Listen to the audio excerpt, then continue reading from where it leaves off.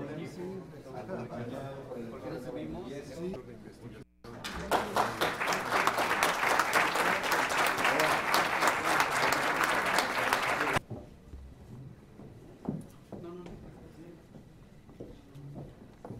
Doctor Dieter Nolen y los acompañantes, por favor.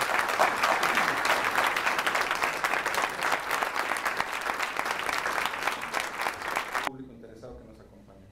Saludamos con especial afecto a quienes presidirán este magno evento con el que se establecerá la cátedra Dieter Nolen. Se encuentran entre nosotros el doctor Pedro Hugo Hernández Tejeda, vicerrector de Investigación y Estudios de Posgrado, en representación del rector, doctor Enrique Agüera Ibáñez.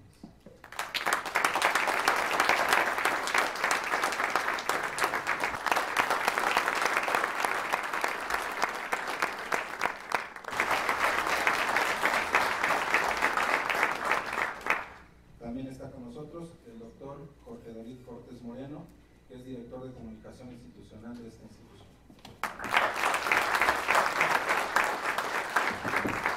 Politológico. Le damos el uso de la palabra al doctor René Valdivieso Sandoval, director del Instituto de Ciencias de Gobierno y Desarrollo Estratégico, quien hablará especialmente sobre los motivos y propósitos del establecimiento de esta cátedra, la cátedra Dieter Nolen.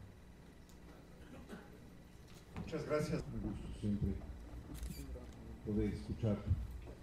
Hoy es un día muy importante para nosotros, para el Instituto de Ciencias de Gobierno y Desarrollo Estratégico, un día muy importante por muchas razones. Primero, porque continuamos en esta alianza, en este trabajo conjunto que estamos realizando la Facultad de Administración y el Instituto. La Facultad de Administración tiene licenciatura y una maestría en el área de gobierno, y entonces hemos venido juntando esfuerzos pues, para potenciar el trabajo que estamos haciendo cada uno de nuestras distintas áreas en la universidad.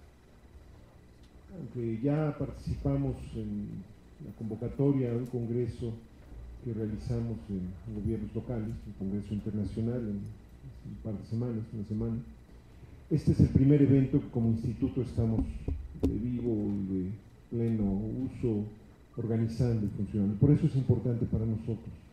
Con este evento queremos dar a conocer el instituto. El Instituto de Ciencias de Gobierno y Desarrollo Estratégico se fundó el 30 de junio. Teníamos poquitos días de haber iniciado cuando nos fuimos de vacaciones. Entonces, prácticamente estamos iniciando.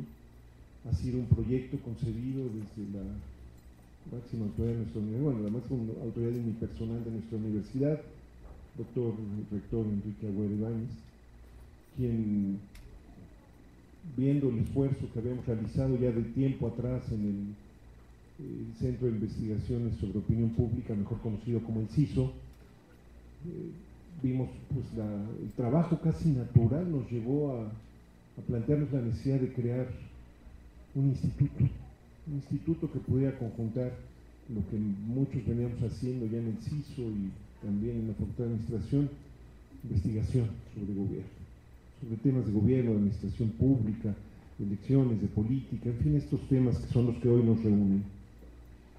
Esto era importante, pero al mismo tiempo poder entrar a trabajar en áreas que específicamente no se han trabajado aquí en Puebla en términos de posgrado.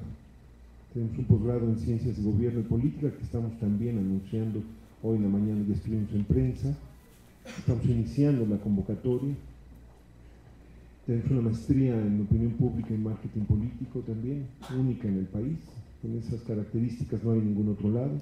Entonces estamos lanzando el instituto y este es un evento muy importante para nosotros, porque finalmente este esfuerzo de años que se logró cristalizar el 30 de junio y que ahora estamos presentando ante todos ustedes en este ciclo que iniciamos, que le hemos dado el nombre de Cátedra Dieter Nolen, Cátedra Magistral Dieter Nolen, pues nos llena de mucho orgullo porque finalmente podemos, en voz de uno de los más prestigiados politólogos a nivel mundial, si no es que el más prestigiado, poder iniciar con un evento estrictamente académico el funcionamiento del instituto. Doctor Dieter Nolen, el doctor Ricardo Paredes va a encargarse ya de leer su semblanza y de coordinar esta primera sesión. Pero el doctor Dieter Nolen no es la primera vez que está aquí en Puebla, ha estado en otras universidades aquí. Pero nosotros hemos conjuntado ahora toda una serie de esfuerzos para iniciar con él y en homenaje a él lo que llamamos la Cátedra Dieter Nolen. La idea de esta cátedra es tener 10 conferencias, comenzando con la conferencia de lujo, por supuesto, 10 conferencias a lo largo de más o menos 10 meses. ¿Por qué digo más o menos 10 meses? Porque la siguiente conferencia la vamos a tener la semana que entra, viene alguien de la Universidad de Bolonia y tal. Más o menos en este tiempo vamos a estar dentro de la perspectiva y de las actividades que estamos realizando en el instituto y en la facultad, traer personajes de primerísimo nivel para que estemos metiéndonos de lleno en la discusión y en el debate sobre los temas fundamentales en el ejercicio de la democracia, del gobierno, de la política, de la gestión, de las elecciones incluso. Finalmente ese es un tema importante. La semana pasada el doctor Dieter Nolen dictó una conferencia en el Congreso Internacional de Estudios Electorales, teniendo sentado enfrente a las principales autoridades electorales del país. Estaba el presidente del Tribunal Electoral del Poder Judicial de la Federación, estaba el presidente del Instituto Federal Electoral, estaban magistrados, estaban consejeros del IFE, consejeros del Tribunal Electoral del DF, del Instituto Electoral, etcétera, etcétera.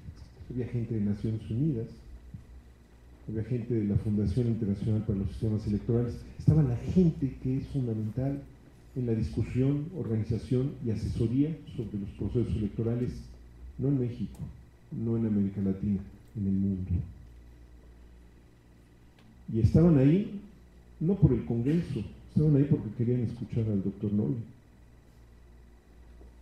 Tuve la fortuna de estar con él ahí en Heidelberg, hace un par de meses, unos cuantos meses. Él acaba de regresar de un viaje por África, por Asia, si no me equivoco, en su tema, estudiando, viendo los procesos, los sistemas electorales, las instituciones electorales y la democracia. Entonces estamos con alguien que hemos leído muchos de nosotros, que conocemos parte de su obra, y digo parte porque es inmensa la obra en alemán.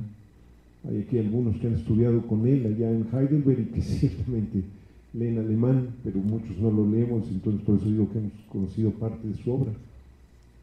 Entonces, estamos con quien está en el centro del debate, y por eso, qué mejor que iniciar la cátedra en homenaje al doctor Nolen con la conferencia magistral que nos da. Les agradecemos mucho su asistencia y su presencia, es un honor para nosotros que estén aquí presentes. Esperamos que en este esfuerzo de nuestra universidad, a través de nuestras autoridades, la Secretaría de Investigación y Estudios de Posgrado, a través de la Dirección de Comunicación Institucional, a través de la Facultad de Administración y por supuesto a través del Instituto, este esfuerzo que realizamos para ustedes, tratando de poner en el centro de la discusión académica los temas que van a ser los temas del Instituto. No voy a mencionar a muchos de los que están, no voy a poner a mencionar nombres de las personalidades que están aquí, pero quiero agradecerles a toda su presencia. Tenemos personajes del Cabildo, tenemos personajes de partidos políticos, de universidades privadas, del Instituto Federal Electoral, del Instituto Estatal Electoral, de universidades de otros estados. Tenemos estudiantes de diversas universidades aquí, de la UPAEP, de la UDLA, de la Ibero. Bienvenidos todos. Finalmente es y ha sido siempre el interés de la Universidad Autónoma de Puebla ser parte de la discusión y parte del ambiente académico que conjuntamente todos los académicos de esta ciudad y de este estado queremos desarrollar. Muchas gracias, bienvenidos, y le paso el uso de la palabra, bueno, a nuestros maestros hermanos. Muchas gracias.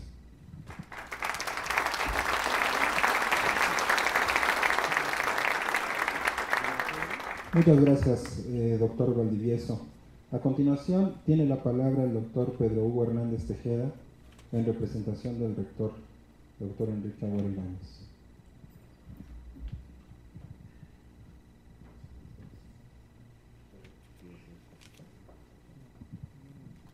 Muy buenas tardes tengan todos ustedes, me da mucho gusto estar en este espacio. Los saludo con afecto y con la representación del doctor Enrique Agüera Ibáñez, rector de la Benemérita Universidad Autónoma de Puebla. Soy un agraciado por estar aquí con su representación, pero además de manera personal es un tema que me interesa mucho. Y déjenme decirles que el esfuerzo que han venido realizando la Facultad de Administración y el recién nacido Instituto de Ciencias Políticas y Desarrollo Estratégico, me parece a mí que va perfectamente enmarcado en los rumbos que hoy nuestro país está necesitando. Un análisis, una reflexión sobre lo que estamos realizando, lo que se ha realizado y lo que tiene que hacerse para buscar mejores espacios para todos los mexicanos. La construcción de un país se hace día con día, pero tiene que partir del análisis de lo que hemos hecho, de las buenas prácticas que hemos tenido. Por eso para mí es muy altamente satisfactorio asistir hoy en día con la representación del rector de la Benemérita Universidad Autónoma de Puebla al inicio de esta cátedra Dieter Nolen, que es un excelente arranque para las actividades que se tiene en este instituto y como un preámbulo a este espacio que se está creando, que es la formación de investigadores con el programa de maestría y de doctorado que ya ha descrito el doctor René Valdivieso, director de este instituto. Tener precisamente en la apertura de la cátedra Dieter Nolen al propio homenajeado, realmente es algo afortunado, y desde luego que escucharemos con mucho interés la conferencia inaugural de esta cátedra que él mismo dictará, enfoques en el análisis politológico, y que es una muy buena oportunidad porque, como mencionaba el doctor René Valdivieso, pues algunos de los aquí presentes muy dedicados a estos temas lo conocen, algunos más, algunos menos, a través de sus escritos, de sus ensayos, y bueno, algunos otros han tenido la fortuna también de estar con él, pero lo que se desprende de lo que vemos aquí es una generosidad en la compartición de conocimientos, y eso es lo que quiero, a nombre de la Benemérita Universidad Autónoma de Puebla, doctor Nolen, agradecerle, porque es lo que los jóvenes que hoy aquí se encuentran, más que los maduritos que ya estamos acá, van a agradecer y aprovechar para su futura formación. El Instituto de Ciencias de Ciencias de Política y de Desarrollo Estratégico realmente es para la universidad un nuevo espacio que, junto con cátedras como la que hoy se arranca, se inaugura, van a construir un espacio de análisis y van a construir un espacio de estudio que nuestra universidad venía requiriendo. Este instituto es el quinto instituto de la Universidad Autónoma de Puebla. El último instituto fue creado hace 18 años, en 1993. Perdón, ya me están corrigiendo, Ciencias de Gobierno y Desarrollo Estratégico. El trabajo previo para la conformación y constitución del instituto, que partió de una iniciativa que venía de un grupo de académicos relacionados con el CISO y con la Facultad de Administración, realmente tomó mucho tiempo y un trabajo muy arduo en conjunto con el órgano de un cuerpo colegiado que tiene la Benemérita Universidad Autónoma de Puebla, encargada de la dictaminación sobre propuestas de formación de programas de posgrado y de centros, institutos, unidades de investigación. El Consejo de Investigación y Estudio de Posgrado fue un trabajo muy arduo, que aquí yo quiero felicitar realmente al doctor René Valdivieso, a Jorge David, por el trabajo que ellos encabezaron con un grupo más amplio de académicos, porque tomó meses, muchos meses y muchísimas horas de discusión y reelaboración de documentos para que finalmente fuera dictaminado en positivo este instituto, y tras una discusión ya en el seno del Consejo Universitario fue aprobado por unanimidad y realmente con felicitaciones de parte de los consejeros de las distintas áreas del conocimiento que se encuentran en el seno del mismo. Entonces, yo estoy convencido, porque tuve la fortuna de ser testigo de todo este proceso, de que la manera en que nace el instituto garantiza, asegura que va a tener realmente un desarrollo muy saludable y que va a aportar mucho, no solo a nuestra universidad, sino a Puebla, a la región, al país y, por qué no, en realidad al mundo, porque parte de lo que ellos están haciendo, y el evento del día de hoy es un ejemplo, es establecer una gran cantidad de estudios en colaboración con muchas otras instituciones de distintas partes del mundo. Enhorabuena, felicidades en verdad, doctor, bienvenido, tenga una muy buena estancia en Puebla y agradecemos su presencia en el inicio de esta cátedra que lleva justamente su nombre. Gracias.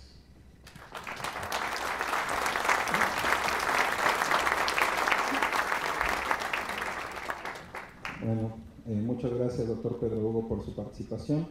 A continuación, igual le vamos a pedir al doctor Jorge David Cortés que brinde unas palabras acerca del evento.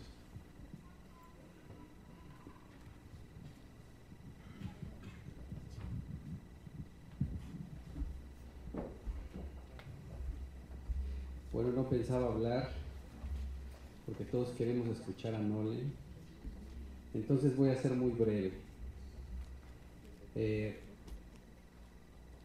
Yo solo quiero decir lo siguiente. Gracias, doctor Nolen, por estar aquí. Gracias a mis compañeros por hacer posible un sueño compartido. Y finalmente, gracias a ustedes por ser parte de él.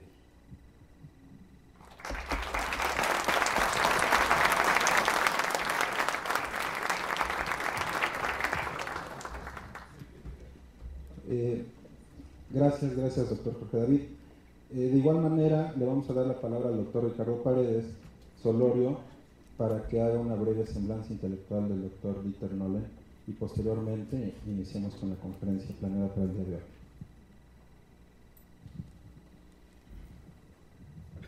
Buenas tardes a todos, con el permiso del presidio. Quiero comentar que el día de hoy ha sido un día muy emotivo para el doctor. Yo sé que lo va a comentar y por eso quiero decirlo ahorita. En la mañana recibió el reconocimiento de visitante distinguido por parte del Cabildo del H Ayuntamiento de la ciudad de Puebla, por los regidores y por el presidente municipal. Felicidades, enhorabuena, doctor. También quiero rescatar algo que es fundamental, que no somos nada sin la pareja que nos acompaña durante la vida, y se encuentra con nosotros su esposa, Andrea Ebeke Nolen.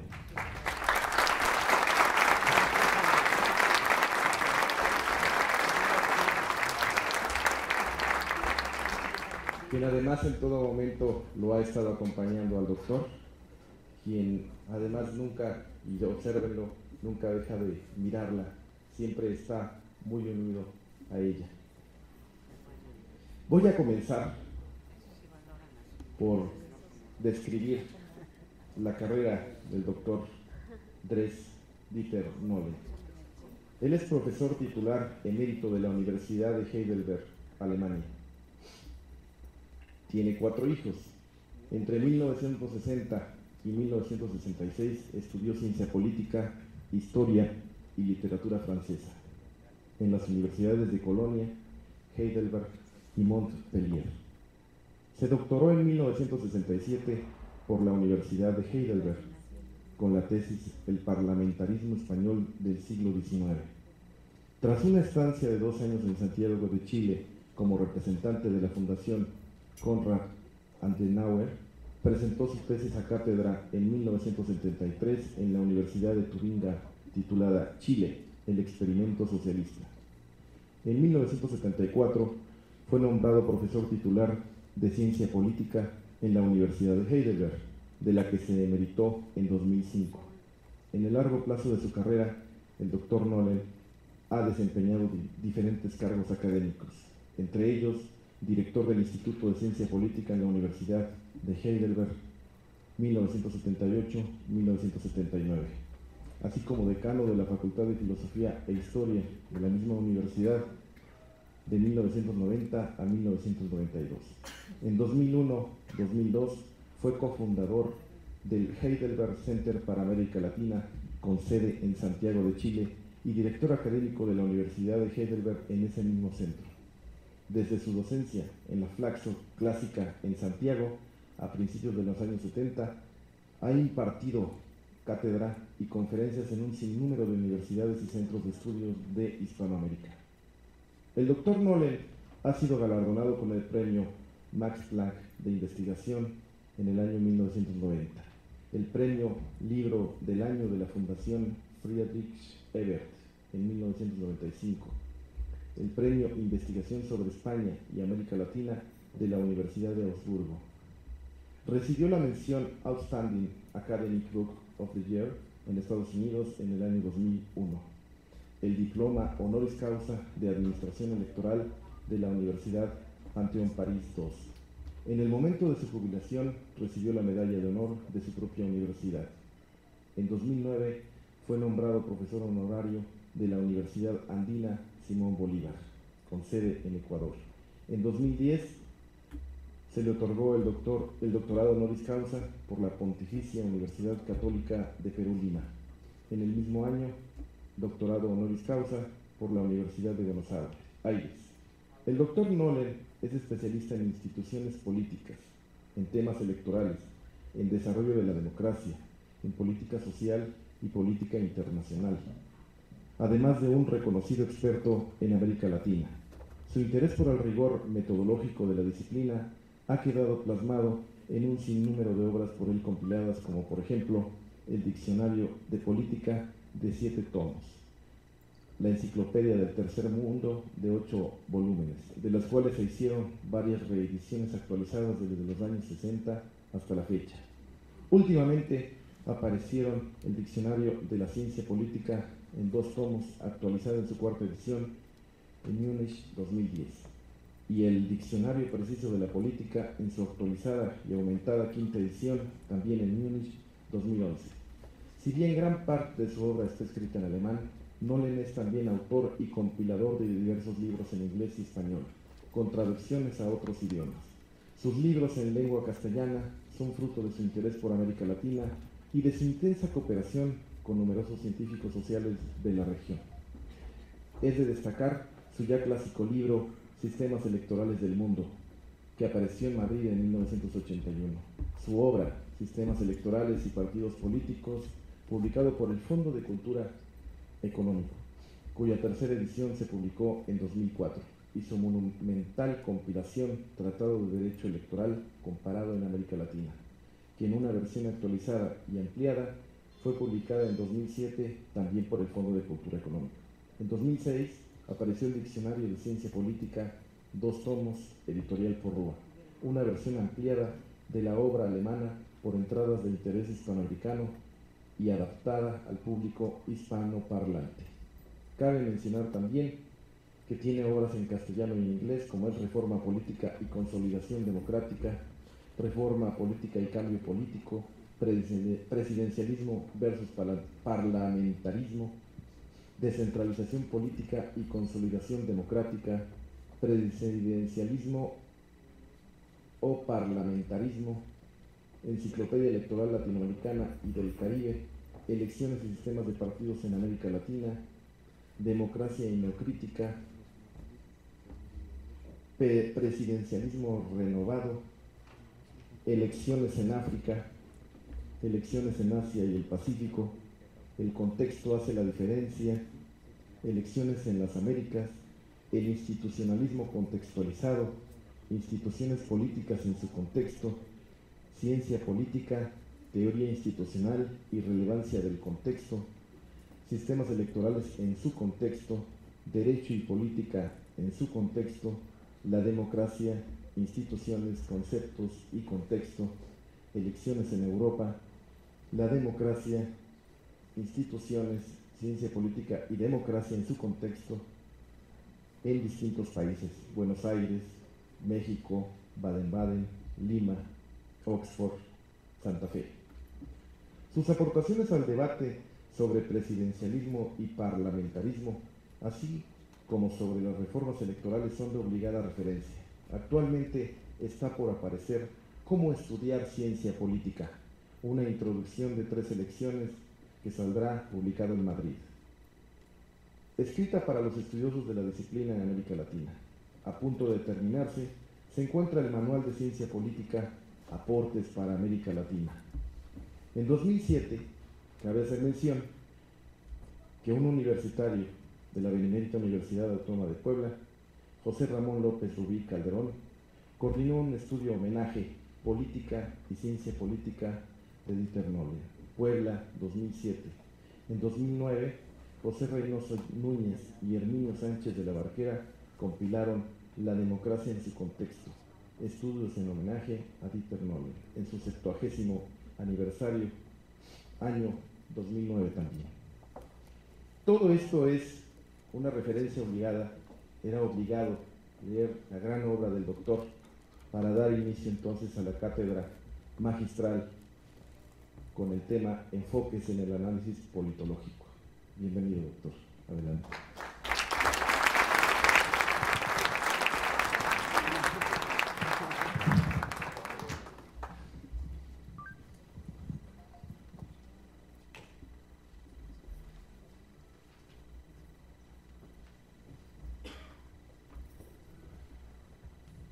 Muy buenas tardes, muchas gracias por su presencia, muchas gracias a los que me han invitado, especialmente a René Valdivieso. Me siento muy honrado de estar otra vez aquí en Puebla. Yo ya he visitado varias veces su ciudad, la universidad, la UAP también. Y esta vez obviamente es una situación, un evento especial. La apertura de la cátedra Dieter Nolen, me siento realmente muy honrado por esa nueva,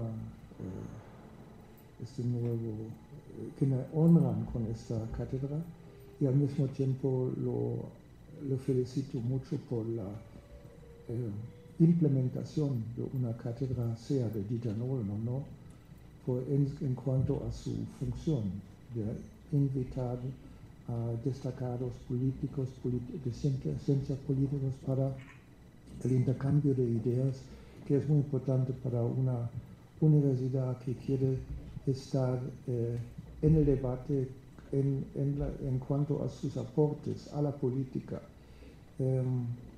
Eso es una manera de cómo conectarse con el mundo real.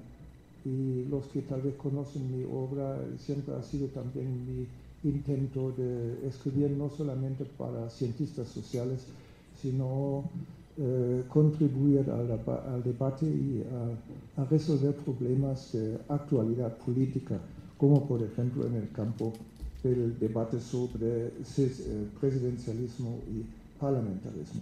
Agradezco mucho la presencia de las autoridades aquí en la mesa, especialmente al vicerrector y sus palabras, también las palabras de mi colega aquí por este lado, y la corta intervención, ¿no?, que han gustado muchísimo, ¿no?, de mi colega aquí. Realmente me complace mucho estar con ustedes y tener esa oportunidad de dirigirme a usted con un tema que me parece conviene bien para el momento, para la oportunidad, de abrir algo que tiene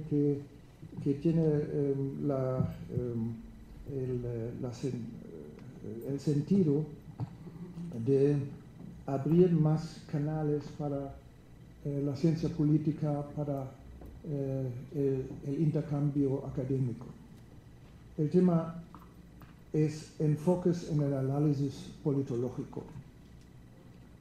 El término enfoque, en inglés approach, designa en su sentido estricto una aproximación científica específica al objeto de investigación que consiste en un sistema de preceptos que combina coherentemente elementos de teoría, método y técnica de investigación.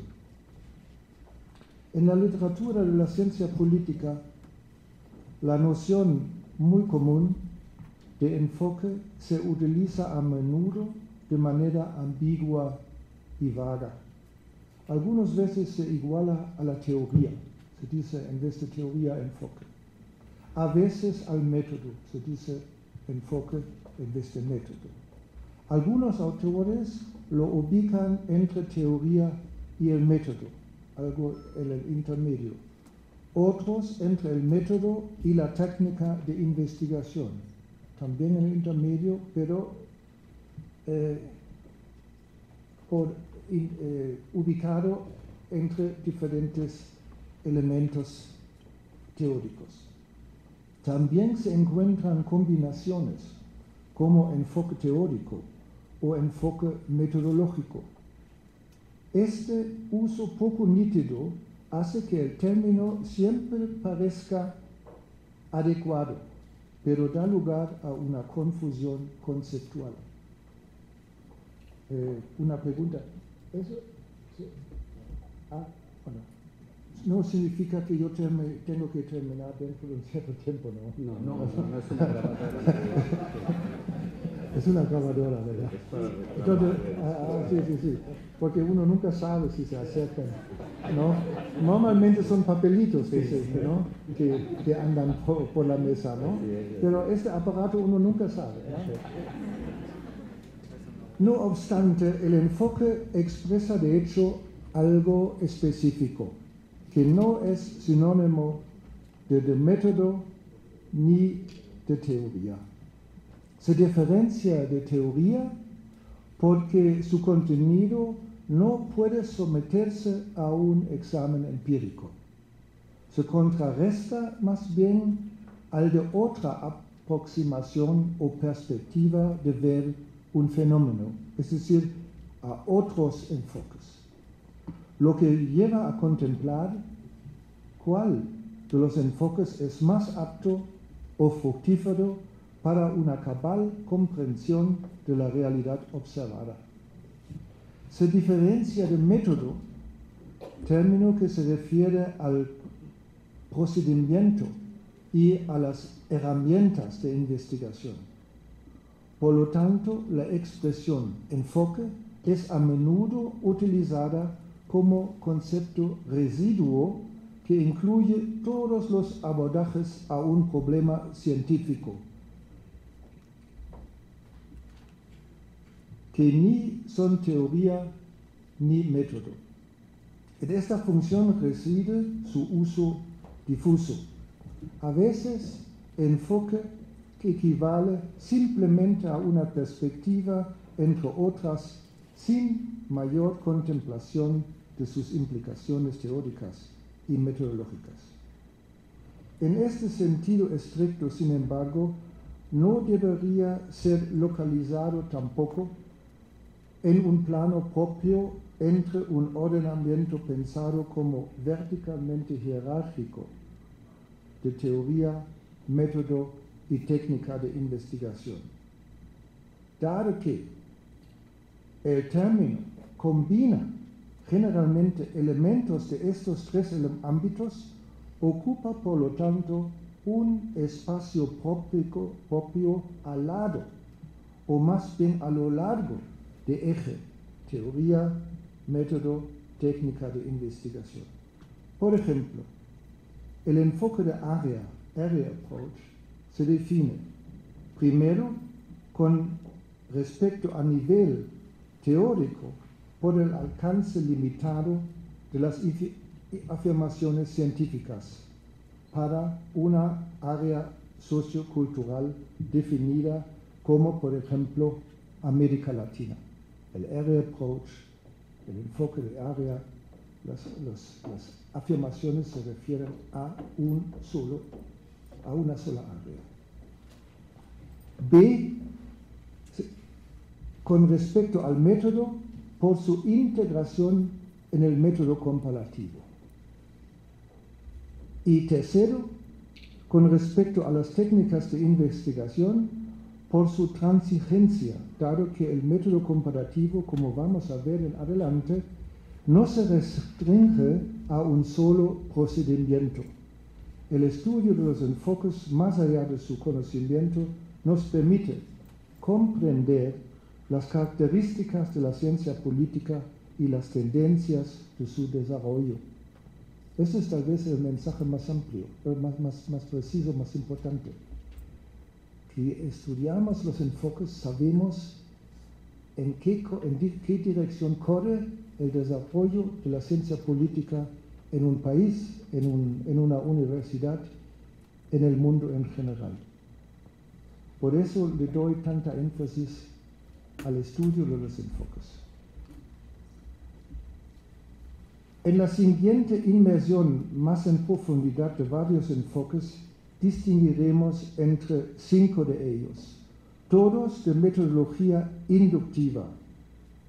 Dejamos de lado enfoques de metodología deductiva, como el enfoque normativo o el enfoque dialéctico crítico, o sea, neomarxista. Mientras que el método deductivo procede en la justificación científica de lo general hacia lo particular, el método inductivo procede a la inversa, de lo particular hacia lo general. Y yo me refiero solo a los enfoques tipo inductivo. Primero, el enfoque histórico genético de orden monográfico.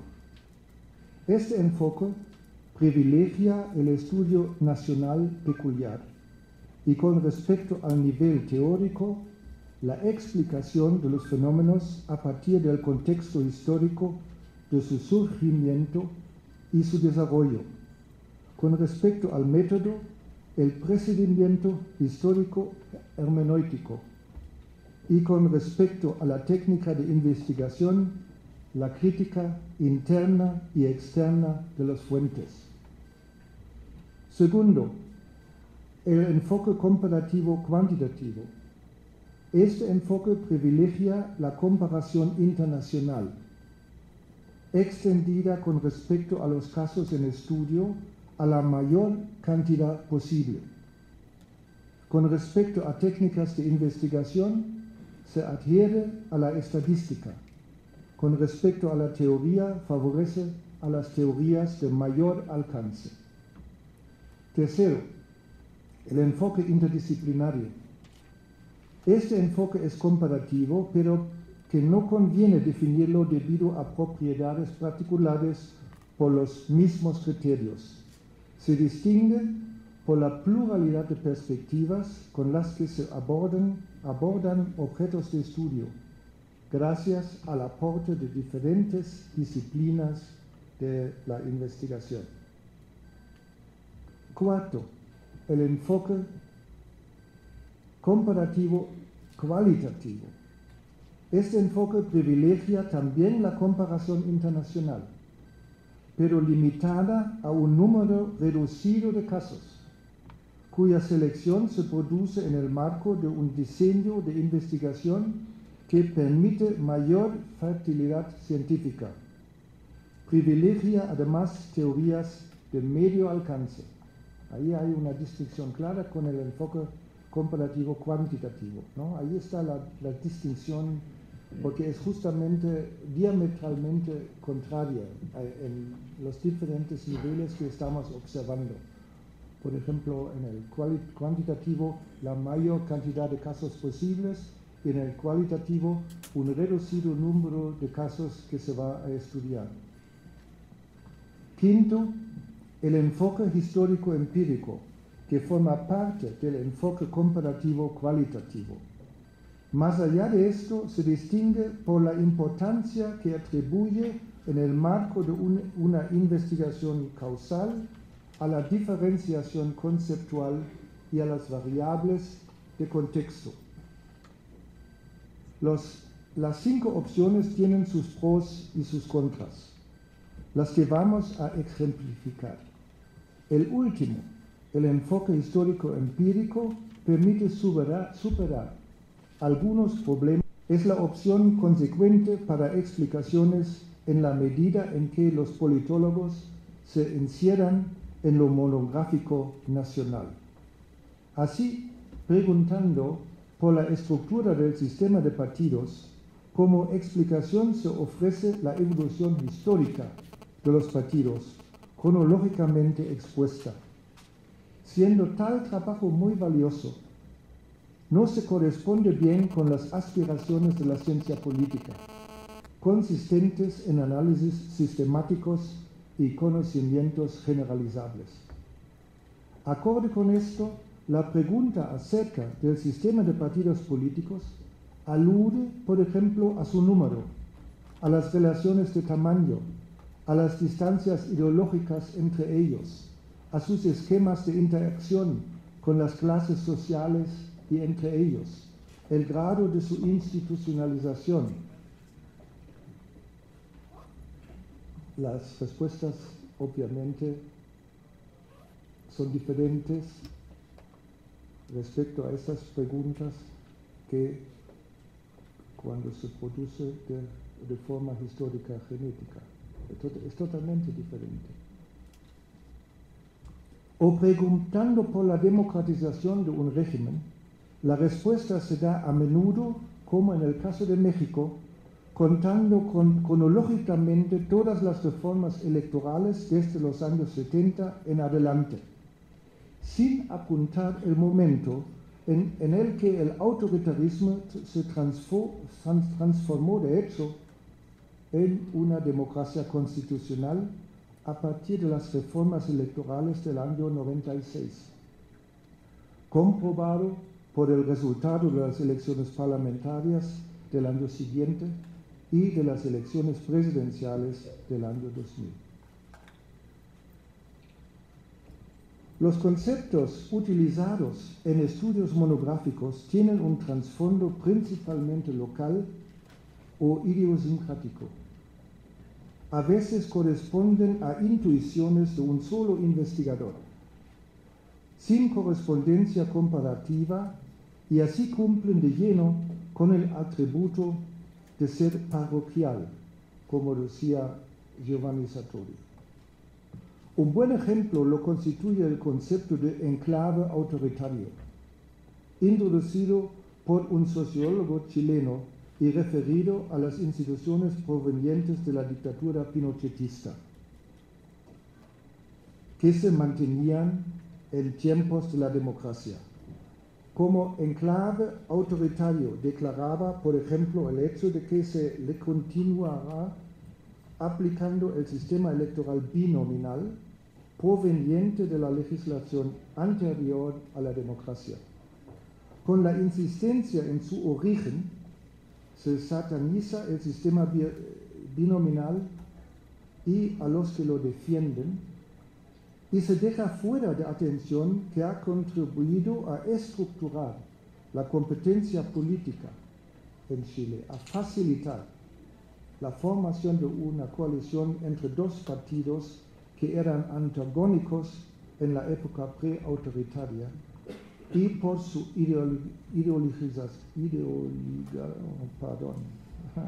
el castellano de vez en cuando me da dificultades, ¿no? Y por la ideologización polarizante altamente responsable por el derrumbe de la democracia. Se deja fuera de atención que ha contribuido a gobernar con gran estabilidad durante 2 decenios a Chile.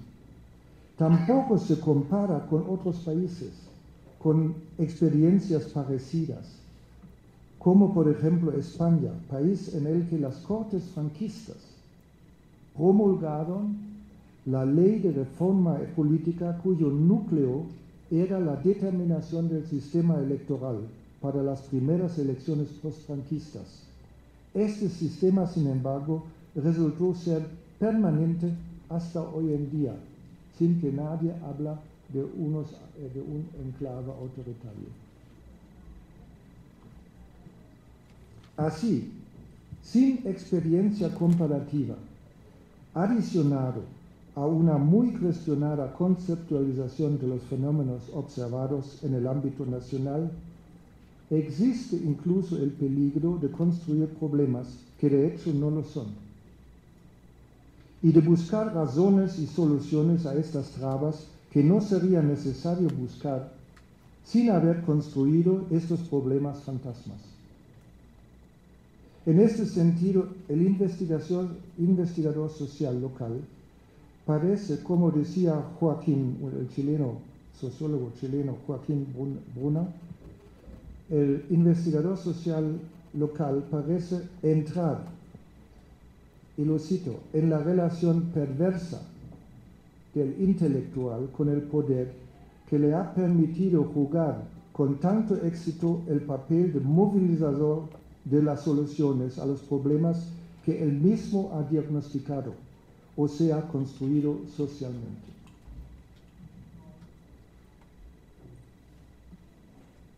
Paso al enfoque siguiente. La primera característica del enfoque comparativo cuantitativo es que privilegia la comparación internacional. La segunda característica no se desprende de su denominación, consiste en su orientación empírica. Lo empírico es percibido como información y procedimiento para sistematizar y analizar los datos recolectados en función de encontrar regularidades en los fenómenos sociales, económicos, políticos, observados a través de mediciones. Estos, por su parte, permiten transformar la información en información numérica que facilita la comparación.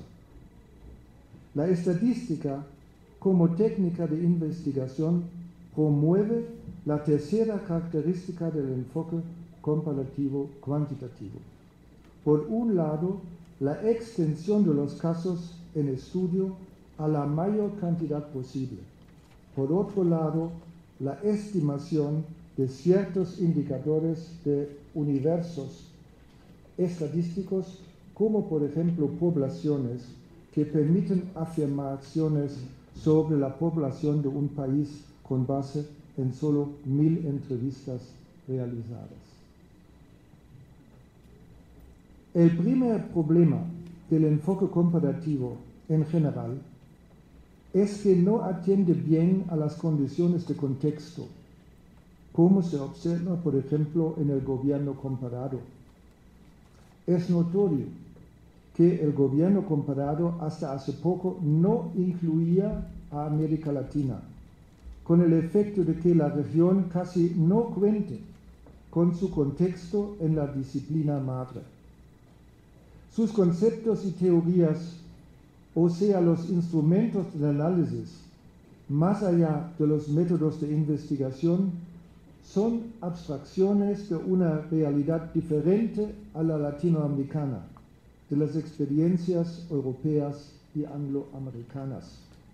Como decía Juan Carlos Agulla, de Argentina, y lo cito, son teorías analíticas elaboradas en, por y para las sociedades nacionales dominantes en Europa y de los Estados Unidos, pero que tenían la pretensión, por considerarse científicas, de que sus conclusiones eran válidas universalmente. El sociólogo argentino hizo esta observación hace 25 años atrás. La ciencia política comparativa, especialmente su corriente cuantitativa, está lejos de tomar en serio esta advertencia. Sobran los ejemplos en la consultoría institucional cuando se acude a proponer reformas institucionales a la medida de las experiencias europeas. Un buen ejemplo de esta tendencia muy extendida es la propuesta de sustituir el presidencialismo en América Latina por el parlamentarismo europeo, no tanto por la recomendación misma, sino por la manera de elaborarla. Juan Linz lo hizo por medio de una comparación ilustrativa de tales casos, que podían afirmar su tesis acerca de la responsabilidad del presidencialismo por el problema que América Latina sufre con la democracia. Alfred Stepan y Cindy Sketch comprobaban la tesis de Linz comparando el presidencialismo y el parlamentarismo por medio de un análisis estadístico. A pesar de su descontextualización y del reduccionismo estadístico, este trabajo ha sido uno de los artículos más citados en el respectivo debate. Arend Liebhardt finalmente tomó en su estudio Institutional Choices for New Democracies como base empírica solo las democracias consolidadas del mundo, excluyendo explícitamente de sus muestras de casos a las democracias jóvenes, a las que dirigió el mensaje. Por lo tanto, no tomó en cuenta la gran diferencia contextual entre el mundo emisor y receptor de las instituciones, la que impide pensar en que ellas tengan los mismos efectos. Esta corriente de ingeniería institucional tampoco tomó en cuenta la diferencia entre diferentes tipos de sistemas parlamentarios y distintos tipos de sistemas presidenciales en América Latina. Una orientación última de mis estudios a lo cual solo puedo referirme aquí como nota en el texto escrito. Con esta última consideración ya aludimos al segundo problema del enfoque comparativo, en especial del cuantitativo, el alto nivel de agregación, detrás del cual se presentan debilidades de diferenciación conceptual. Un buen ejemplo lo establecen las encuestas del Latinobarómetro. Nadie ignora la importancia del Latinobarómetro. Nadie puede ignorar los resultados de sus sondeos actualmente en la política y en la ciencia política. Es justamente por esto que conviene esperar que cuide la lógica de la investigación en su trabajo. Ahora bien, Latinobarómetro suma, por ejemplo, en la medición del grado de apoyo a la democracia en los países latinoamericanos, datos distintos como si fueran lo mismo. Llama la atención la afirmación según la cual Bolivia es el único país donde aumenta el apoyo a la democracia, muy por encima del promedio de la región. Es una cita del Latinobarómetro. Al sociólogo boliviano Jorge Lasarte Rojas le parece simplemente un ocultamiento de una realidad política contrastada. El cientista político boliviano pregunta, lo cito, ¿pero qué ocurre cuando se evidencia que en varios países de la región, en los bolivarianos, esas mayorías adictas a la democracia desde hace años se enfrentan exactamente por distintas concepciones de democracia y promueven modelos de democracia que no son compatibles? Los referentes empíricos de la democracia ya no son los mismos de los años 90 y han sido reemplazados por la otra democracia, la popular, la socialista, la plurinacional, que está en la base de nuevos regímenes políticos con reglas de funcionamiento que tienen mucho de común, excepto que se sigue votando, con el excepto de que no tienen mucho en común. excepto que se sigue votando con el concepto pluralista de democracia. Entonces, lo estadístico, lo cuantitativo, lleva a dejar de lado la necesaria diferenciación entre diferentes conceptos que es necesario para entender, para comprender la realidad. Pasamos al enfoque interdisciplinario. Este enfoque se distingue, como decíamos, por la pluralidad de perspectivas con las que se abordan objetos de estudio, gracias al aporte de diferentes disciplinas a la investigación.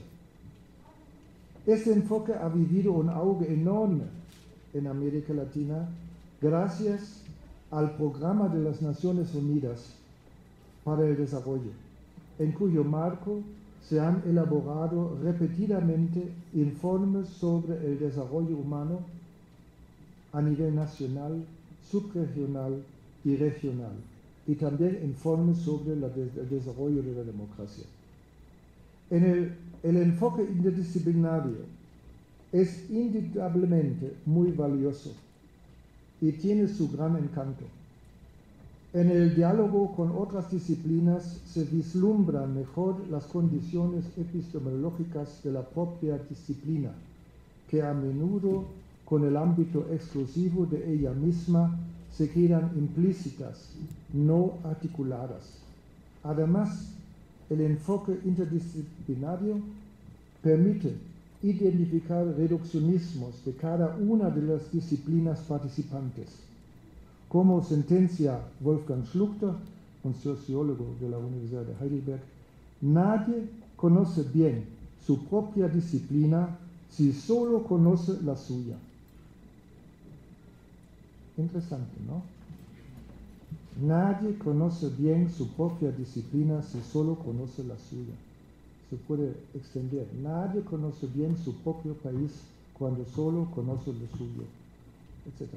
Ahí se puede extender. Es decir, lo comparativo es importantísimo y el intercambio también con otras disciplinas es importantísimo.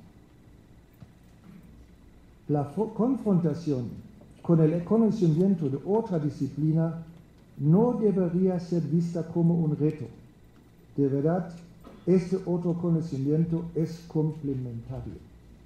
A veces la interdisciplinariedad lleva a compartir entre los investigadores ideas, conocimientos y sentimientos que coadyuvan a la interpretación de la empiria.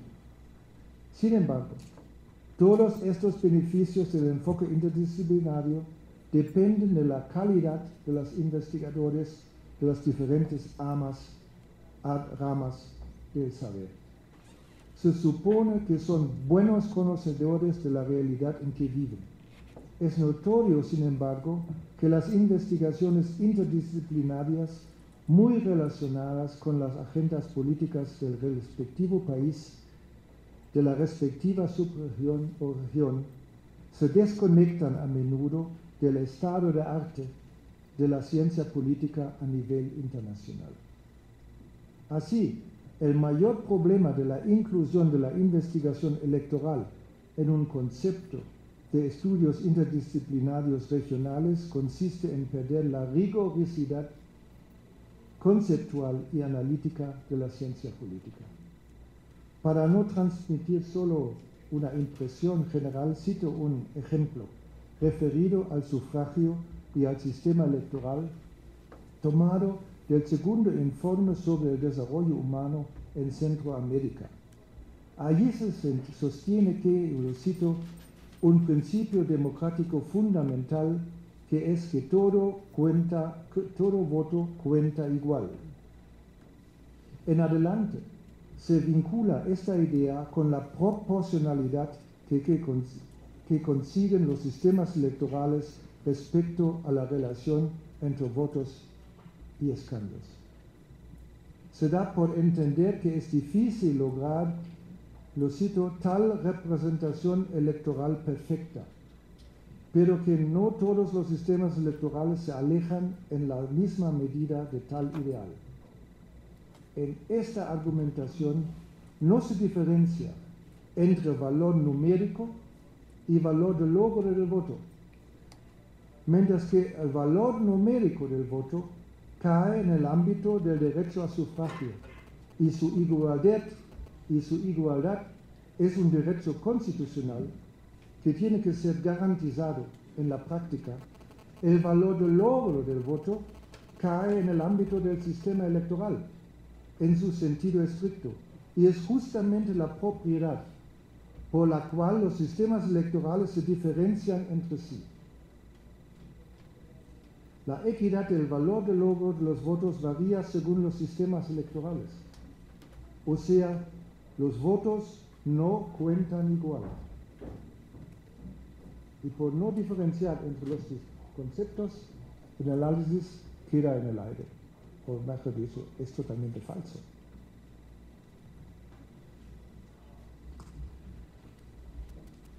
Nuestro cuarto caso es el enfoque comparativo cualitativo. Este enfoque se asienta en dos fundamentos. Primero, la teoría empírica analítica del conocimiento, que se distingue por explicar los objetos de estudio de manera causal, por medio de la observación y de afirmaciones generales. El conocimiento científico se basa en la experiencia. El enfoque comparativo cualitativo se asienta segundo en el método comparado y percibe la comparación como experimento, análogo al experimento en ciencias sociales, aunque en condiciones totalmente diferentes, pues no es posible repetir el experimento en ciencias sociales debido a que no se pueden mantener invariadas las condiciones del experimento. Por ejemplo, el solo conocimiento del resultado del experimento anterior cambia las condiciones de su repetición. En contraste con la comparación cuantitativa, se cambia la relación entre casos y variables. En vez de integrar el mayor número de casos y de reducir al mínimo las variables, la comparación cualitativa está expuesta a la situación de contar con solo pocos casos y tener que manejar múltiples variables. Lo que, sin embargo, el enfoque comparativo no percibe como reto, sino como posibilidad. Permite enfocar la realidad en su configuración más completa, multidimensional, multicausal y causal circular. Deja integrar en el análisis fenómenos no medibles. Favorece explicaciones comprehensivas y posibilita escapar el reduccionismo del empiricismo cuantitativo. Este programa del enfoque comparativo cualitativo no es fácil de llevar a cabo. De verdad, con la decisión de aplicar el método comparativo cualitativo no termina, sino empieza el razonamiento metodológico. Todos sabemos de la importancia que adquiere la selección de los casos. La tendencia tradicional era acumular casos concordantes en ambas variables operativas, o sea, la dependiente y la independiente. Recuérdense el tipo de argumentación de Juan Linz: los presidencialismos todos fracasados, los parlamentarismos todos exitosos. Entonces, es una simple comparación, ¿no? En un caso todos cuando la independiente y la dependiente son iguales, ¿no? Y en el otro caso son también iguales en el parlamentarismo, ¿no? No hay ninguna diferencia en cuanto a la relación entre las variables. No existe en Linz un caso que dice un presidencialismo exitoso, un parlamentarismo fracasado. Siempre la misma relación, presidencialismo fracasado, parlamentarismo exitoso. Conviene diseñar, sin embargo, la investigación de manera que se establezca una mezcla entre casos concordantes con y contrarios a la tesis causal, para precisar las condiciones en las que se confirma la supuesta relación causal entre las variables bajo observación. Hay que seleccionar los casos críticamente. Importa también el tiempo, sobre todo cuando los objetos de estudio no exhiben mucha estabilidad en el tiempo, como se puede observar en América Latina. Un buen ejemplo de esta problemática lo presenta un análisis comparativo entre el Perú, Bolivia y Ecuador que hizo Martín Tanaka. Investigando las causas que podrían explicar el desarrollo político peruano en contraste con el de sus vecinos andinos, referido a la época de los 90, cuando el Perú sufrió el régimen de Fujimori y sus vecinos disfrutaron de una democracia aparentemente en vías de su consolidación. Obvio que la explicación del caso peruano se nutría de la disimilitud con los referentes bolivianos y ecuatorianos de aquel entonces. Como sabemos, 10 años después, el fenómeno a explicar se puso en términos diametralmente contrarios. Mientras que el Perú, de momento, goza una democracia representativa, Bolivia se transformó en un régimen distinto y el Ecuador vacila aún respecto a su futuro político de mediano plazo. No nos interesa aquí entrar en un debate político.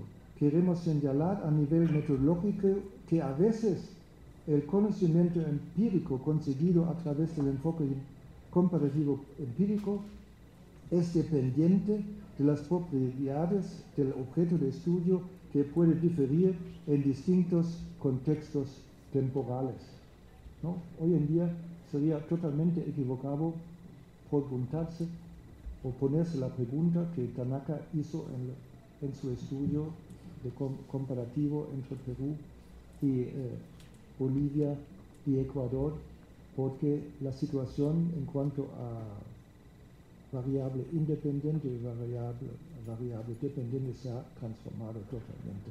Y claro que hoy en día se tiene que preguntar si los resultados del estudio Tanaka eran realmente válidos, porque no llevaban una certeza más allá de 3 años, porque a partir de entonces se había cambiado las relaciones entre las variables en estudio. Pasamos por último al enfoque histórico empírico. El enfoque histórico empírico reúne 2 elementos, lo histórico y lo empírico, y los conecta en un todo que se diferencia de otras combinaciones de ambas expresiones, como por ejemplo histórico genético y empírico analítico. Mientras que lo histórico se refiere a lo individual y singular de los fenómenos observables en la realidad, el concepto empírico, del griego empiria, equivalente en griego a experiencia, se conceptualiza en el sentido de la teoría empírico-analítica, a la cual ya nos hemos referido anteriormente. Por lo tanto, parece correcto incluir el enfoque histórico-empírico en el paradigma empírico-analítico. La diferencia reside, sin embargo, en la expresión histórico, que precisa lo que es considerado empírico. Un juego de palabras, un juego de conceptos muy difícil de seguir, ¿no? La tesis es que, según Max Weber, lo histórico es lo empírico. Entonces, mi conceptualización del enfoque histórico empírico, hay cierta similitud entre los dos conceptos, dado que, según Max Weber, lo histórico es lo empírico. Y la diferenciación, o digamos la justificación de definir este concepto así, tiene que ver con el empiricismo, ¿no? que se defina como de que la empiria es la observación y no la observación del día, la observación de los datos que, por ejemplo, saca Latino Barómetro. Ahí está lo empírico, mientras que en el enfoque histórico empírico, lo empírico es lo histórico.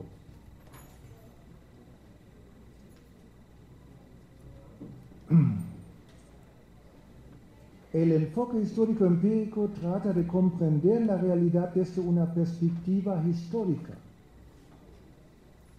o sea, atendiendo la particularidad del objeto a través del estudio de la relación individual de los factores que lo configuran y tienen que entrar en consideración en su relación causal. Cuanto mayor sea el conocimiento de la relación histórica individual de los factores en juego, tanto mejor será la comprensión de la causalidad empírica. En este sentido, el conocimiento de teorías o generalizaciones sobre la relación causal entre diferentes factores puede apoyar en el proceso de comprensión de determinadas relaciones concretas, pero no sustituirlas. Es decir, el argumento deductivo puede ayudar, pero no sustituir la investigación inductiva, ¿no? Y cuanto más abstractas las generalizaciones, tanto menos contribuyen a esclarecer una relación causal individual. Por lo tanto, para contestar la cuestión causal empíricamente, la perspectiva histórica en contraste a la perspectiva teórica permite plantearla de forma dirigida hacia las relaciones causales concretas. De lo anterior emanan algunas características del enfoque histórico empírico que en los siguientes se centran en la perspectiva analítica y los alcances operativos, porque importante es tomar en cuenta también qué posibilidades hay un cierto enfoque para que aprendamos algo para la práctica, para que aprendamos algo, por ejemplo, en cuanto a ingeniería política, en cuanto a reformas políticas, en cuanto a reforma electoral. ¿Cuál es el aporte de ese abordaje teórico metodológico para resolver problemas concretos? Por eso doy tanto énfasis en los enfoques, porque orientan a una sugerencia en cuanto a reformas que tienen mayor validez porque se conectan mejor con el contexto, que toman más en consideración las causalidades, los factores que intervienen para que una cierta sugerencia de reforma política puede tener éxito o no. Eso ya depende del enfoque. Un Lippard que viene con su mensaje ya preparado en base al estudio de los países europeos no puede, a mi modo de ver, presentar una sugerencia institucional con muchas perspectivas de tener éxito. Porque el contexto no permite pensar que una institucionalidad que tiene su éxito en Europa puede tener éxito también en América Latina. Por ejemplo, al observar cómo se organiza en Alemania todo lo electoral y pensar que eso podría ser una forma de cómo resolver los problemas en México con todo lo electoral, era totalmente equivocado. Y siempre me he resistido a presentar a Alemania porque me han pedido en los años 90 muchas veces presentar el caso alemán. dado que los mexicanos y algunos países latinoamericanos pensaban que yo podría llevar un mensaje que les podría servir a resolver sus problemas, porque se pensaba que Alemania tiene la solución, como en el caso del Mercedes y del Audi, la tecnología alemana, es decir, made in Germany, ¿no? Tiene que tal vez va a resultar bien. Entonces Alemania, por ejemplo, todo lo electoral está encargado a una oficina de estadística a nivel federal. El jefe de la estadística nacional federal de esa institución es el jefe de la organización de las elecciones, y todo el equipo mismo por allí que tiene apoya en la preparación de la elección, nada más, y es un ejercicio ad hoc, porque normalmente es el jefe de la estadística nacional y recoge datos para unas estadísticas que vienen con el desarrollo de la población, del sistema de salud, etc. Y solo en ocasión de las elecciones está haciendo eso. Y el control de las elecciones, de los resultados electorales, ejerce el Parlamento mismo. Fíjense, esa situación, ese arreglo en México no tendría éxito, ¿no? No tendría éxito que los propios elegidos no toman la decisión sobre la validez de la elección, ¿no? Pero Alemania es así, y solo cuando hay, digamos, una cierta inquietud, la comisión, la decisión, la sentencia de esa comisión, apoyado por el Parlamento en su totalidad, va al Tribunal Constitucional Federal. Pero este organismo, este tribunal, toma una decisión con el criterio si una falla que se ha detectado tiene importancia para el resultado de las elecciones. Y nunca ha habido un caso, son pocas las transferencias de las decisiones del Parlamento al Tribunal Constitucional Federal. Y nunca ha habido una falla, un error que ha influido de manera en la distribución de los escaños. Entonces, siempre fue rechazado por el Tribunal Constitucional Federal. ¿No? Entonces, ahora, venir con esa idea que Alemania puede, digamos, mostrar una solución para los problemas de las elecciones en América Latina y especialmente en México, es totalmente equivocado. Entonces ya la metodología de sacar las conclusiones respecto a ingeniería institucional a partir de los países europeos es equivocado, a mi modo. Por eso mi propósito, mi propuesta es tomar en cuenta el contexto propio de América Latina y ver qué posibilidades hay, incluso por comparar entre diferentes países de América Latina, de la misma cultura, en el ámbito de la misma cultura o más o menos la misma cultura, porque tampoco son iguales. Hay que visitar Costa Rica y Nicaragua. Uno se da cuenta que no es la misma cultura política, ¿no? Entonces, lo que conviene a Costa Rica no conviene a Nicaragua y al revés, ¿no? Hay diferenciación interna de América Latina que también importa en cuanto al contexto, pero en general se puede decir hay una cultura política latinoamericana y esa cultura política latinoamericana hay que tomarlo en cuenta y ver cuáles son los elementos que influyen cuando uno aplica una cierta institución, introduce una cierta reforma, ¿no? Y no pensar solo en la bondad de la teoría, sino en las consecuencias que puede traer la implementación de una cierta institución según esa teoría. Porque a veces la maldad de la teoría se conoce solo al transformar la idea en práctica. Antes no. Antes no. Tiene, digamos, una imagen, por no haber sido comprobado, tiene mucha atracción. La idea tiene mucha atracción. Y es una idea que emana de Europa, está, bueno, en España, no tanto en España, en los países nórdicos, ha tenido un gran éxito y uno piensa, eso lo tenemos que implementar también en América Latina. No, esa idea a mi modo de ver no corresponde. Hay que ver cuál es el efecto probable de una institución transferida de este contexto cultural a otro contexto, que es el contexto latinoamericano. Bueno, ahora voy a consideraciones comparativas. Eso, llego lentamente al término de mi conferencia y les felicito de quedarse tranquilo por allí, ¿no? Pero ojalá que no tengan dificultades de seguir, digamos, este diálogo, esa conferencia un poco abstracto, pero abstracto, lo metodológico conceptual es básico en ciencia política, ¿no? También muy bien.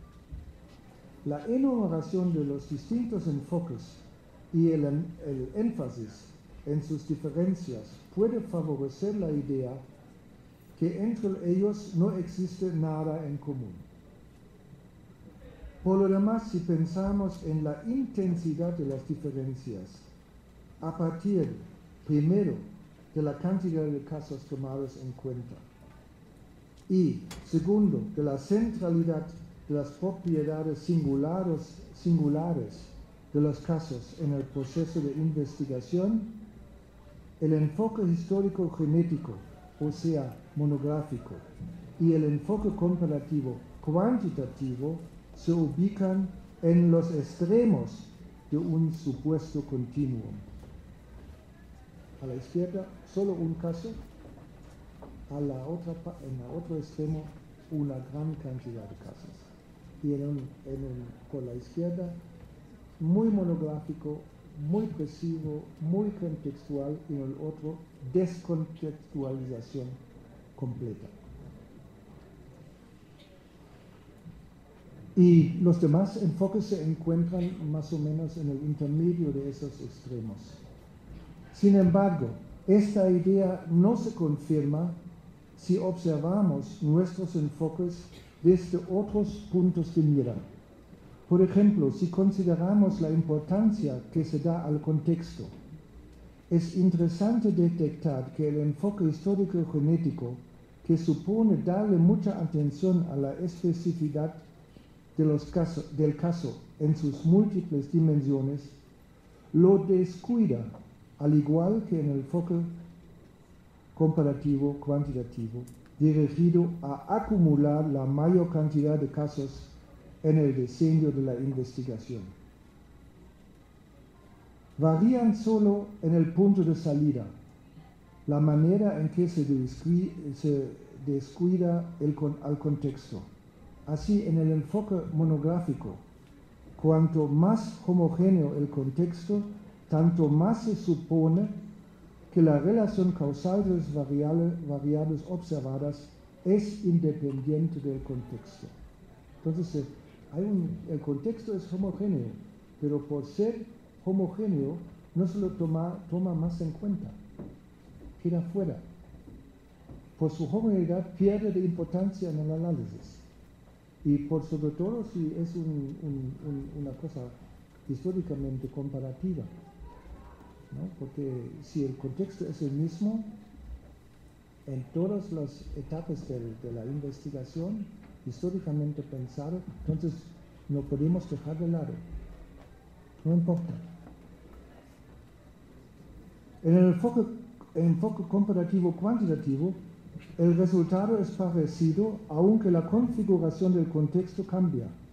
Cuanto más heterogéneo el contexto, tanto más independiente del contexto aparece la relación causal de las variables observadas.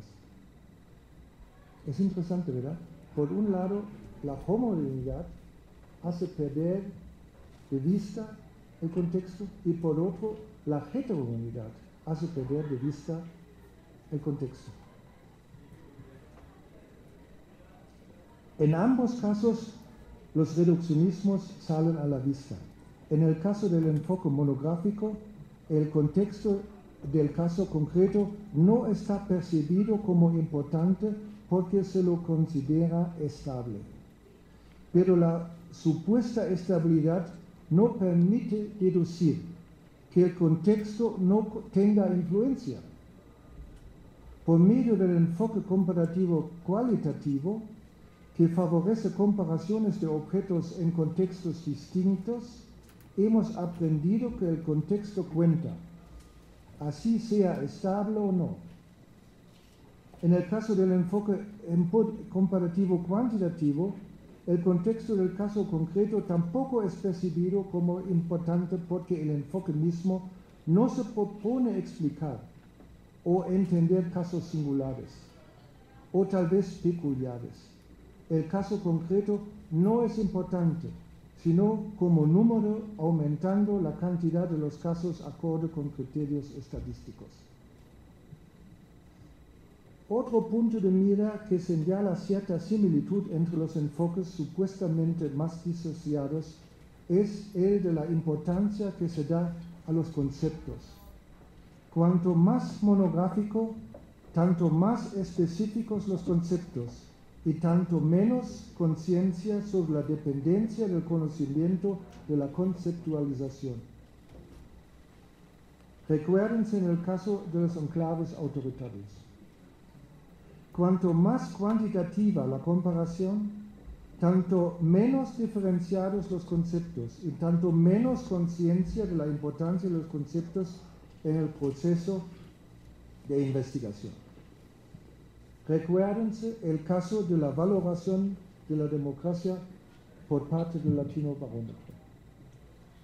Se confirma la similitud de ambos enfoques respecto a la negligencia que demuestran frente a los conceptos en el proceso de conocimiento, a pesar de que esta negligencia se nutre de posturas opuestas, de extrema especificación por un lado y falta de diferenciación por el otro. Si retomamos la idea de representar la relación de distancia entre los diferentes enfoques por medio de un dibujo, parece conveniente sustituir el continuum por un círculo, mejor dicho, por un continuum doblegado a un círculo, de modo que los extremos del continuum se acercan y que la relativa distancia de ambos crece hacia los otros enfoques. En este sentido, es el enfoque histórico-empírico el que más se aleja de los enfoques que menos profesan la diferenciación conceptual y la sensibilidad contextual. Llego a mis consideraciones finales. Al inicio de mi charla he dado a entender que el uso de los conceptos, de los enfoques en la ciencia política puede contribuir a evaluar su desarrollo. En América Latina hay muchas voces en favor de estudios comparativos. Amorim Neto y Santos postulan transformar, y lo cito, transformar la disciplina en una cuestión menos parroquial, lo que implica incorporar decididamente el análisis político comparado. Asimismo, señalan que el problema se origina en la enseñanza. Lo cito, cursos de política comparada prácticamente no existen en las graduaciones de ciencias sociales. Es comprensible que el interés cognitivo de los politólogos latinoamericanos se centre en los problemas nacionales.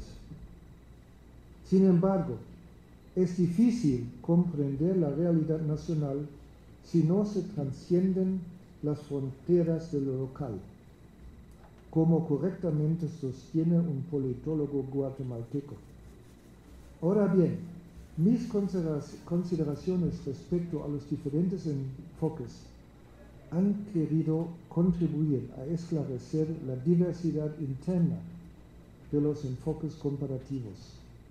respecto al desarrollo de la ciencia política en la región, conviene preguntarse qué orientación de la comparación tienen en mente sus protagonistas. Dada la ausencia de un debate en torno a esta pregunta, puede ocurrir que la ciencia política en América Latina pase del enfoque monográfico con sus debilidades al enfoque comparativo cuantitativo con sus debilidades, sin darse cuenta de lo científicamente problemático que conservará el pasado y de lo científicamente recomendable que perderá para su futuro. Muchas gracias.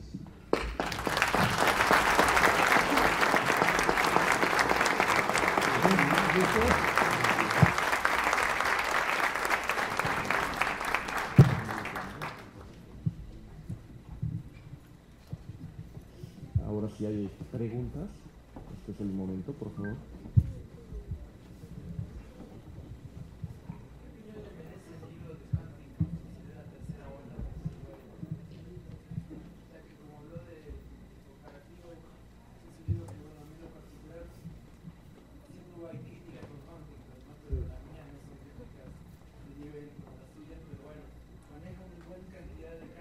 Sí. Y se podría decir que son homogéneos porque son países que en un determinado momento de la historia no Sí, sí. juntaron, tuvieron Sí, sí.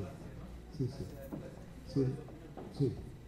Este libro de Huntington es un libro clásico sobre la transformación, sobre la transición del autoritarismo a la democracia, ¿no? Y prácticamente no hay ningún texto de ciencia política que no se refiera a él. Yo incluso he trabajado mucho con él en mis estudios sobre Europa Oriental.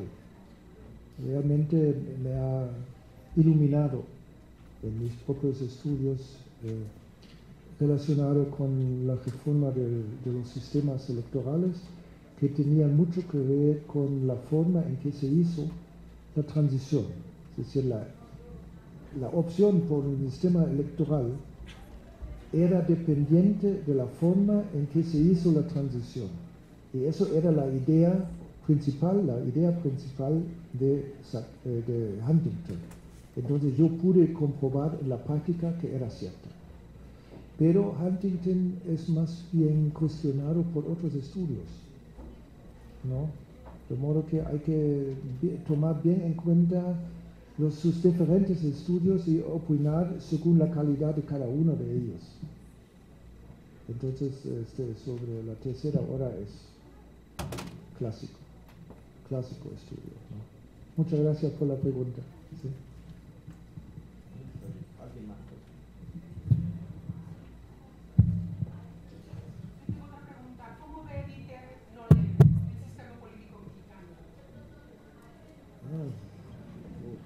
Muy pertinente la cuestión y nos felicitamos todos que ya la segunda pregunta se refiere a esto, ¿no? Bueno, mira, yo que vengo de fuera lo veo menos problemático que los propios mexicanos. Claro que transitar de un autoritarismo hacia una democracia solo con reformas electorales tiene sus límites, sobre todo cuando se ha establecido un tipo de sistema de partidos diferente, un sistema de 3 partidos, de 10 grandes partidos, se puede decir, y que dificulta mucho la formación de mayorías en la medida en que no hay canales de enlace, que no hay una cultura de compromiso, una cultura de entendimiento mutuo en función de políticas sociales o políticas públicas, ¿no? Entonces, porque el sistema de partidos políticos que gobierna México, ¿no?, es el más complicado para la formación de mayorías parlamentarias, es el tripartidismo. Y si no se entienden bien, el sistema ahora, o en otros países donde el país tiene un partido político con vocación mayoritaria y unos pequeños que pueden ayudarle a formar una mayoría parlamentaria, es mucho más factible para la formación de mayorías. Y en el presidencialismo también influye mucho esa capacidad del Parlamento de formar mayorías en apoyo a la acción del gobierno, ¿no?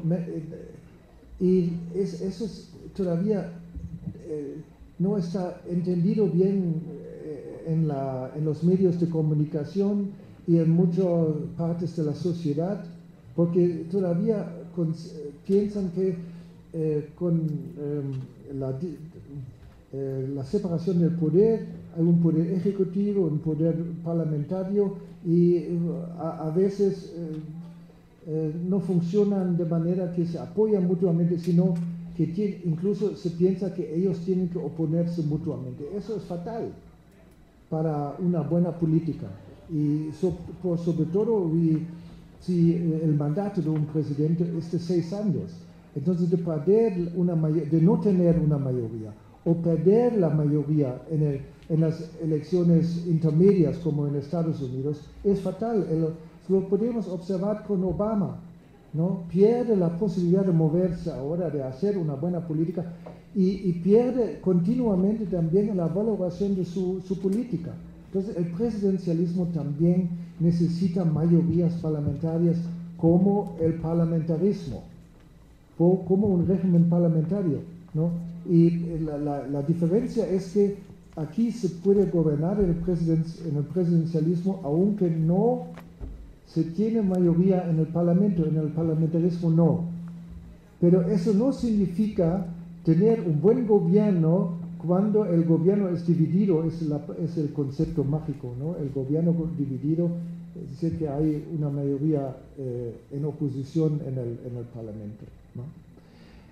Entonces, su pregunta, yo pienso que respecto a las organizaciones electorales, el IFE, el TRIFE, eso me parece está funcionando bastante bien, y las mayores dificultades que tienen no provienen de su propio funcionamiento, sino por parte de los partidos políticos, por parte de los medios de comunicación, que magnifican los problemas que hay y insinúan conflictos de poder, y por lo demás la tendencia en México de seguir pensando continuamente en reformas en vez de experimentar lo que se ha conseguido, ¿no? Siempre piensan que el éxito de una institución depende de la próxima reforma.